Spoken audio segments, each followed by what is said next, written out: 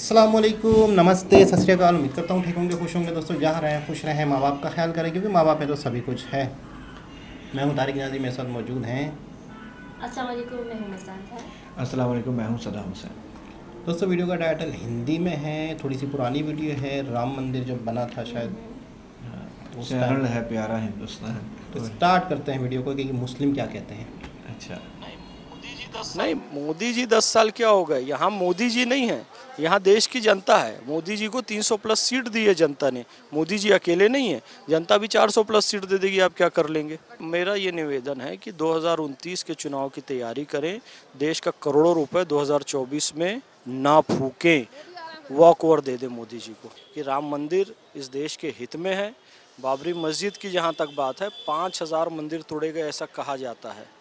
तो उसके बदले में 3 मंदिर यदि मुस्लिम भाई खुद से आकर दे दें, एक तो कोर्ट केस से लड़कर लेना पड़ा, बाकी 2 खुद से आकर दे दें, तो सारा बीजेपी धर्म की राजनीति करती है। खत्म कर दो ना बीजेपी की धर्म की राजनीति। बाकी 2 मंदिर हैं वो भी दे दो, बीजेपी की धर्म की राजनीति खत्म हो जाएगी। क्या नाम है सर आपका? मेरा नाम फैज़ है, मोहम्मद फैज़ खान। मोहम्मद फैज जी, ये बताइए प्रधानमंत्री इस बार किसे बना रहे हैं?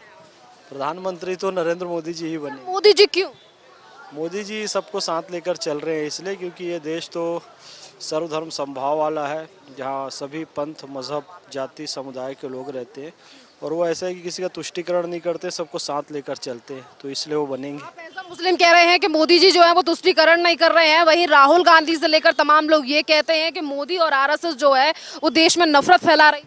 मैं एज ए मुस्लिम नहीं कह रहा हूँ, मैं 1/140 करोड़ हिंदुस्तान कह रहा हूँ। यानी कि मैं एक हिंदुस्तान होने के नाते, एक हिंदुस्तानी होने के नाते कह रहा हूँ। बाकी राहुल कुछ कहते रहे और कोई कुछ कहते रहे, सच्चाई तो ये है कि धर्म, जाति, समुदाय की राजनीति करने वाले लोगों का समय समाप्त हो चुका है। टोपी लगाकर जो लोग इफ्तार पार्टियां दिया करते थे, मुसलमानों को बेवकूफ़ बनाया करते थे, उनका समय समाप्त हो चुका है। अब मुसलमानों के तुष्टीकरण की राजनीति नहीं, बल्कि उनके विकास की राजनीति होगी। देश के सभी 140 करोड़ लोगों के विकास की राजनीति होगी। अच्छा सर, ये बताइए राम मंदिर बना है देश में, उसको लेकर भी असदुद्दीन ओवैसी से लेकर तमाम लोग ये बोलते हैं कि मुसलमानों की मस्जिद को शहीद कर कर जो मंदिर बनाया गया है उससे कुछ विकास नहीं होने वाला है। उनके जन्म लेने से क्या विकास हो गया? उनके बोलने से क्या विकास हो गया? उनके कार में चलने से क्या विकास हो गया? उनकी पार्टी बनाने से देश का क्या? ऐसे फिर तो कुछ करो ही नहीं। झूठ बोलते हैं वो लोग, गलत बोलते हैं वो लोग। राम मंदिर से कई लोगों को रोज़गार मिल रहा है। LNT का बहुत बड़ा ग्रुप, मजदूरों से मोदी जी ने बात की है, उनको रोज़गार मिला है।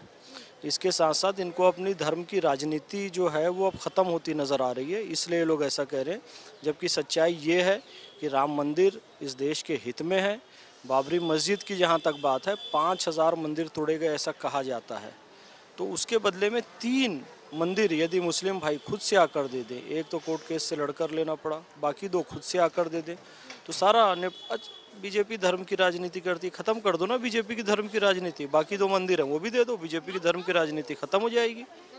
हाँ। अच्छा सर, ये बताइए काशी में भी तो इस समय पर जो है वो SI की रिपोर्ट सामने आई है, उस पर भी कहा दिया गया है कि जो हिंदू पक्ष है वो भी वहाँ पे पूजा अर्चना कर सकता है, तो उसे आप किस तरीके से? ये देश है, काशी तो देखो मंदिर ही है भगवान का। वहाँ पे पश्चिम दीवार मंदिर की दीवार है, और नंदी का जो मुख है वो भी मस्जिद की तरफ है, और बहुत सारा और भी ऐसे प्रमाण है कि वहाँ पर मंदिर है। तो स्वेच्छा से मुस्लिम भाई उन्हें दे दें, मेरा यही निवेदन है। और मथुरा का भी दे दें, 5000 मंदिर हैं, तो 5000 में से 3 ही मांग रहे हैं, 3 खुशी से दे देना चाहिए। बहुत सारी मस्जिदें भारत में, लाखों मस्जिदें, सऊदी से ज़्यादा है, पाकिस्तान से ज़्यादा मस्जिद भारत में। वहाँ नमाज पढ़ें, खूब आनंद से रहें, सब मिलजुल कर, बड़ा दिल करे मुसलमान। राम मंदिर की प्राण प्रतिष्ठा में गए ऑल इंडिया मुस्लिम ऑर्गेनाइजेशन की जो चीफ हैं उनको धमकियां मिलने लगी, उस पर क्या कहेंगे कि आज भी कुछ ऐसे लोग हैं जो एकता को बनाए रखना नहीं चाहते? देश की एकता, अखंडता के लिए मौलाना उमर इलियासी साहब से जो कुछ भी हो रहा है वो कर रहे हैं, मुझसे जो कुछ भी हो रहा है वो कर रहे हैं, हमारे संगठन मुस्लिम राष्ट्रीय मंच से जो कुछ भी हो रहा है वो कर रहे हैं।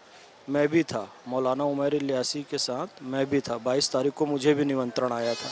मेरा नाम मोहम्मद फैज़ खान है। तो जो लोग देश में एकता, अखंडता, भाईचारा नहीं चाहते हैं वो लोग विरोध करते हैं।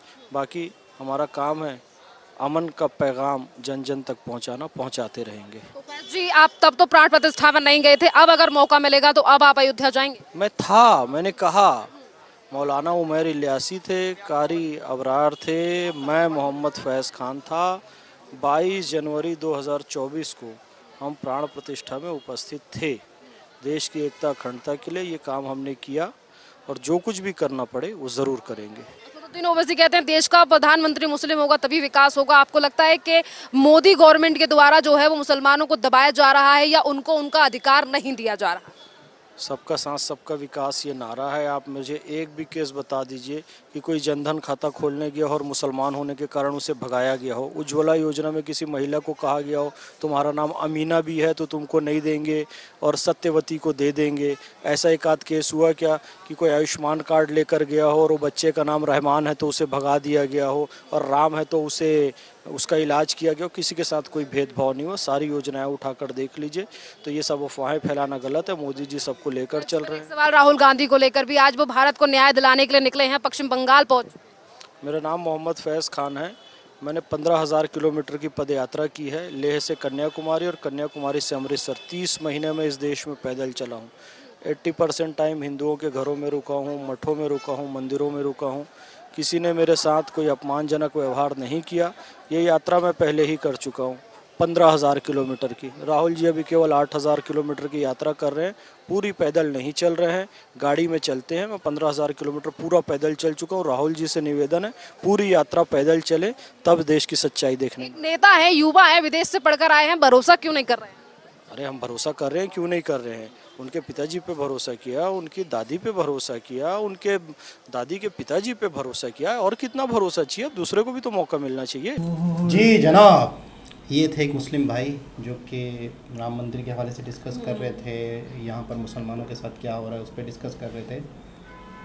बहुत सारे ऐसे लोग हैं कह रहे हैं कि जो मुसलमान और हिंदुओं को साथ देख नहीं सकते, वावेला फैलाना चाहते हैं, फसाद फैलाना चाहते हैं, तो वो कहते हैं वरना कुछ भी नहीं है। मुसलमानों के साथ भी वही सलूक हो रहा है जो हिंदुओं के साथ होता है। अच्छा, राम मंदिर के हवाले से इन्होंने कहा कि राम मंदिर की जगह पे मस्जिद बनी हुई थी, मस्जिद हटी, फिर मंदिर बना। मस्जिद जब बनी थी उससे पहले कहते हैं हज़ारों साल पहले मंदिर था। ये जो बाबरी मस्जिद है वैसे। हाँ, देखिए इस्लाम कब आया?